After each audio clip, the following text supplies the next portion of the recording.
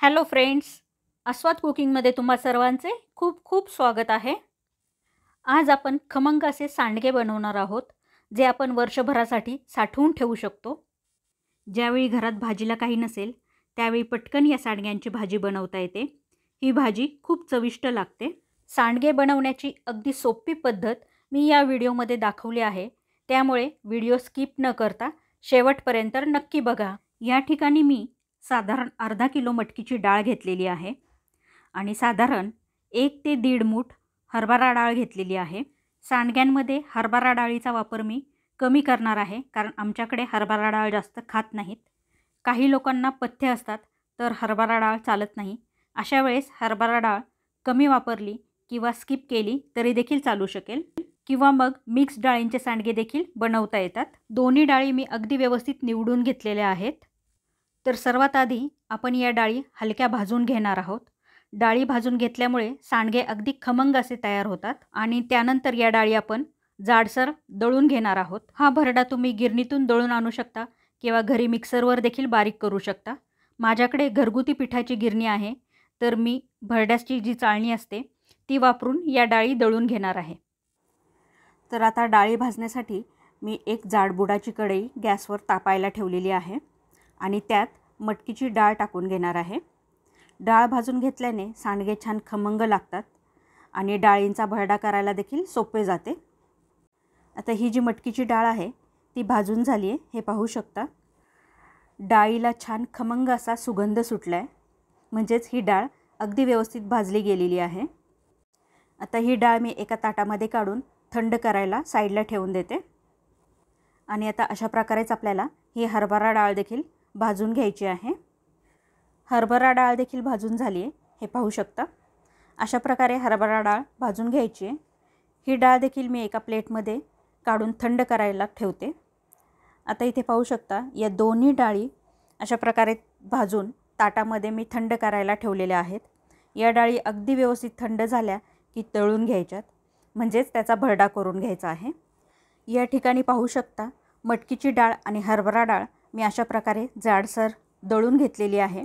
आता हे जे पीठ आहे ते आपल्याला भिजवून घ्यायचं आहे, परंतु त्याआधी यासाठी लागणारा मसाला तयार करून घेऊयात।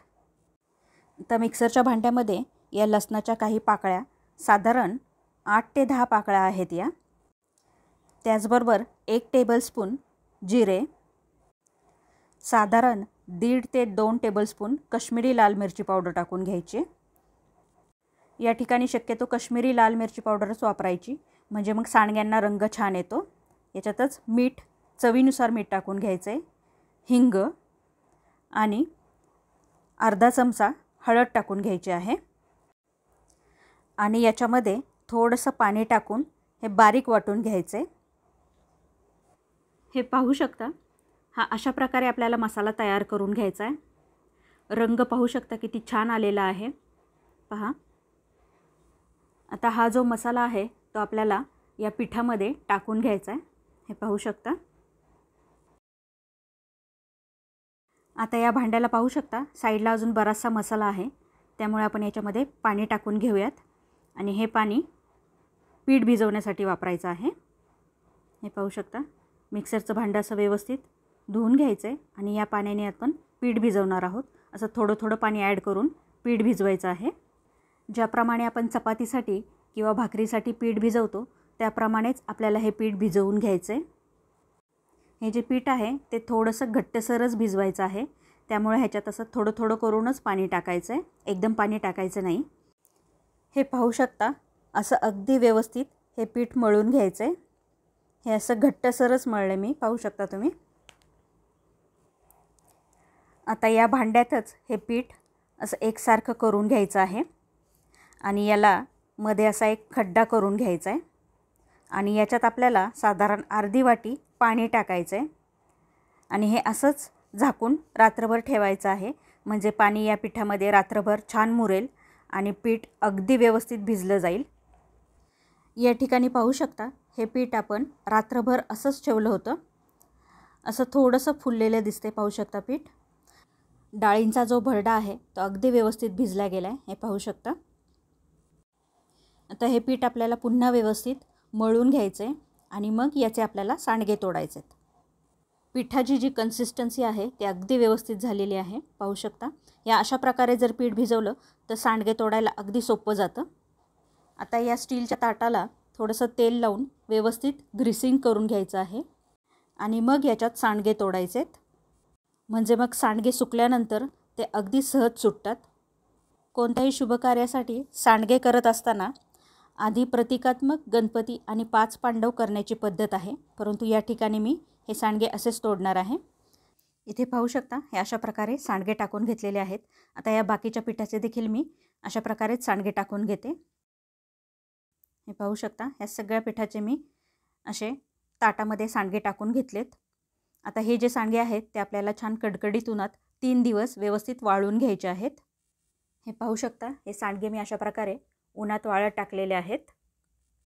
हे सांडगे आपल्याला 3 दिवस छान कडकडीत वाळवून घ्यायचे आहेत, कारण सांडगे आपल्याला वर्षभर टिकवायचे आहेत. जर सांडगे व्यवस्थित वाळले नाहीत तर ते खराब होण्याची शक्यता असते. त्यामुळे सांडगे अगदी व्यवस्थित वाळवून घेणं गरजेचं आहे.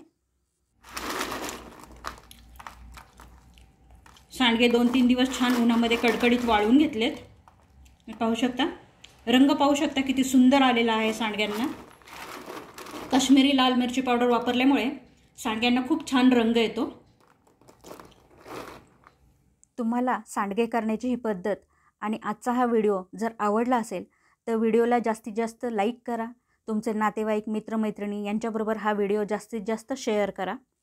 आणि चॅनलला जर अजून सबस्क्राईब केलं नसेल तर लवकरात लवकर चॅनलला सबस्क्राईब करा, म्हणजे तुम्हाला अशा छान छान नवनवीन रेसिपीज नेहमीच पाहता येतील.